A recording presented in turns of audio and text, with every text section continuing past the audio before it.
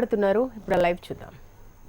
ప్రశ్నాపత్రాలు leak అయి ఈరోజు రాష్ట్రం అంతా కూడా లక్షలాది మంది విద్యార్థులు తమ భవిష్యత్తు ప్రశ్నార్థకంగా మారితే దానికి సమాధానం చెప్పకుండా తన ఆస్తుల్ని ఏదైతే బ్యాంకులు జప్తు చేసుకుంటుంటే వాటి నుంచి బయటపడటానికి ఢిల్లీలో వెళ్ళి పెద్దవాళ్ళ కాళ్ళు పట్టుకోవడానికి కూడా దిగజారిపోయాడే కానీ అసెంబ్లీకి వచ్చాడని నేను ప్రశ్నిస్తున్నాను.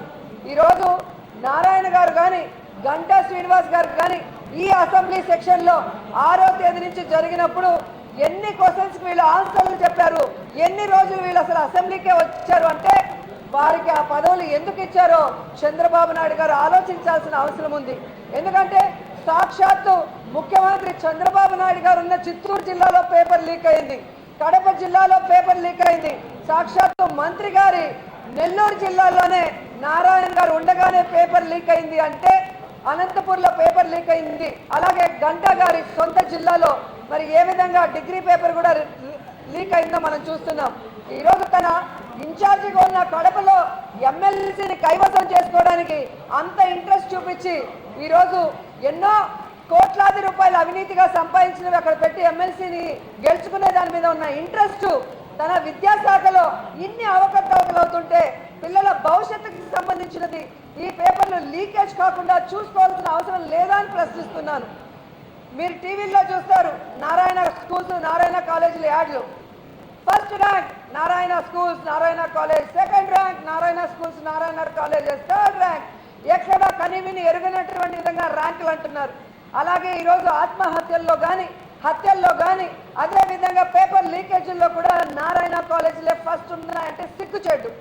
ఈరోజు మంత్రి తాను రిప్రజెంట్ చేస్తున్న ఏదైతే నెల్లూరు జిల్లా ఉందో అక్కడ కూడా ఈరోజు సైన్స్ పేపర్ రిలీజ్ అయింది. సెంటర్తో కూడా నెంబర్ వేశారు, number 4239 Narayana high school Nellore science leakage paper. అంటే వీళ్ళు ఏం సందేశం ఇస్తున్నారు? ఈ రాష్ట్రంలో ఉన్న ప్రభుత్వ పాఠశాలలన్నింటినీ కూడా భ్రష్టు పట్టించి కేవలం తామే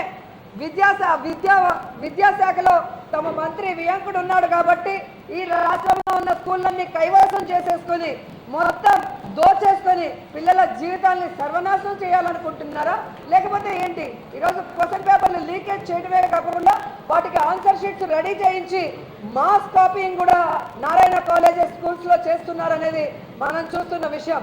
ఇప్పటికైనా చంద్రబాబు నాయుడు గారికి ఏమాత్రం చిత్తశుద్ధి ఉంటే అసెంబ్లీలో నీతులు చెప్పడం కాదు, ఈరోజు తన క్యాబినెట్లో ఉన్న వాళ్ళు 2 మంత్రుల వల్ల ఈ రాష్ట్రంలో విద్యా వ్యవస్థ భ్రష్టు పట్టిపోతుంటే ఈ రాష్ట్రంలో ఉన్న విద్యార్థుల జీవితాలు సర్వనాశనం అయిపోతుంటే వాళ్ళని వెంటనే బర్తరఫ్ చేస్తారా లేకపోతే మీరు మీ అసమర్థ పాలనకి బాధ్యత వహించి రాజీనామా చేస్తారని నేను అడుగుతున్నాను.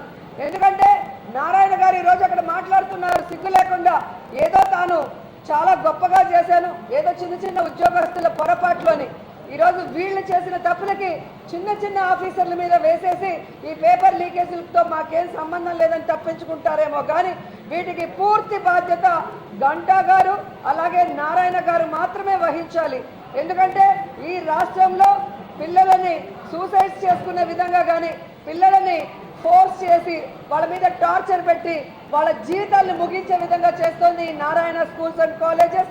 అలాగే పేపర్లు లీకేజ్ చేసేసి బయట స్కూల్స్లో చదువుకున్న పిల్లలకి ర్యాంక్ రాకుండా మాస్ కాపీయింగ్ చేసి మరి తమ పిల్లల్ని మాత్రమే ముందుకు తీసుకెళ్ళి ఈరోజు కోట్లాది రూపాయల్ని మాఫియా లాగా దోచుకోవాలనుకుంటుంది నారాయణ స్కూల్స్. అలాగే దానికి సపోర్ట్ చేస్తుంది గంటా గారు. మరి ఈ మొత్తం డబ్బుని కూడా తమ సొంతం చేసుకొని కమిషన్ల రూపంలో చిన్నబాబు లోకేష్ కానీ ముఖ్యమంత్రి చంద్రబాబు నాయుడు కానీ ఇవి చూసి చూడనట్టు ఉంటే మాత్రం ఊరుకునే పరిస్థితి లేదు. ఖచ్చితంగా ముఖ్యమంత్రి గారు మంత్రి నారాయణ గారు అలాగే గంటా గారు ఈ రాష్ట్రంలో ఉన్న 10th క్లాస్ స్టూడెంట్స్కి డిగ్రీ స్టూడెంట్స్కి అలాగే వాళ్ళ తల్లిదండ్రులకి కాళ్ళు పట్టుకొని క్షమాపణ చెప్పాల్సిన అవసరం కూడా ఉంది. అలాగే మంత్రి నారాయణని గంటా గారిని మరి ఈ యొక్క క్యాబినెట్ నుంచి బర్తరఫ్ కూడా చేయాలని డిమాండ్ చేస్తున్నాం.